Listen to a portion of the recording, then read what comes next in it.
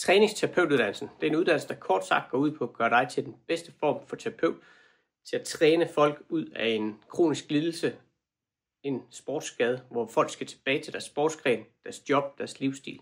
Så uanset om du er fysioterapeut, træner, osteopat, om du er massør, så er den her uddannelse måske noget for dig i forhold til, at du gerne vil hjælpe andre med at komme ud af deres lidelser, deres sportsskader eller andet.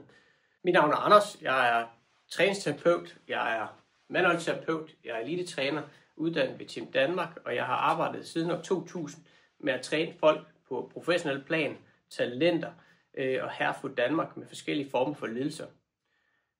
Så jeg har næsten været hele vejen rundt igennem de her mange år og prøvet at opbygge en viden og en kompetence, der gør, at jeg har hjulpet folk fri af alle typer af skader og lidelser igennem de her år.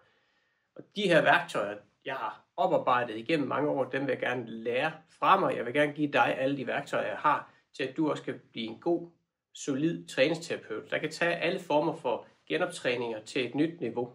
Og med et nyt niveau, der mener jeg, at du ikke bare skal se genoptræning som balanceøvelser og styrketræning, men at du skal se, at kroppen har brug for forskellige ting for at kan restituere og for at kan opbygge sig selv.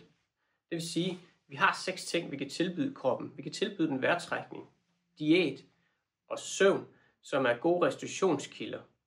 Vi kan også tilbyde den fysiske aktivitet i alle former for genoptræning, så det kan være vejrtrækningstræning, det kan være mobilitetstræning, det kan være stabilitetstræning, hvor vi lærer at styre kroppen via at lære hjernen at styre forskellige former for bevægelser. Det kan være styrketræning, det kan være aerob træning eller anaerob træning af kredsløbet.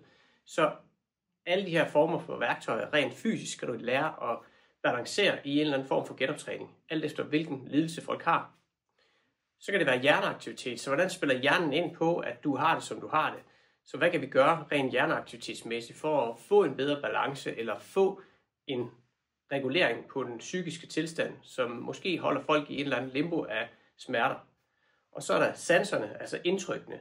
Hvordan spiller de her 8 sanser ind, vi har på forskellige former for genoptræning? Fordi der er jo en grund til, at det hedder en balancesans. Der er en grund til, at det hedder en bevægelsessans eller en synssans. Og hvis ikke hjernen har de her input fra sanser, så går det ud over den form for genoptræning, vi har.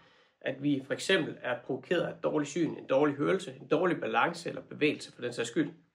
Så de her 6 forskellige ting, vejrtrækning, diæt, søvn, fysisk aktivitet, hjerneaktivitet og indtryk, skal du lære at balancere i en eller anden form for genoptræningsprogram.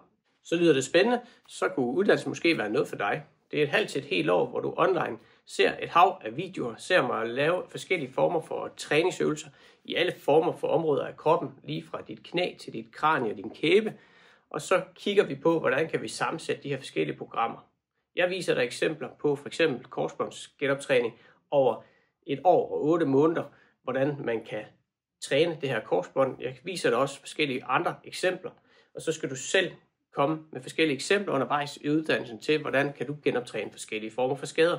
Undervejs i uddannelsen, der er der Q&A's, så det vil sige, at vi sidder sammen en time og afslutter og afrunder hver lektion, så vi sikrer, at du har det rette niveau, inden du hopper videre til næste lektion. Det er både, du kan stille mig spørgsmål, og jeg kan stille dig spørgsmål, så vi sikrer, at vi hele tiden har det rigtige forløb undervejs i uddannelsen. Så lyder det spændende, så synes jeg, at du skal gøre noget ved det, og så ses vi på uddannelsen.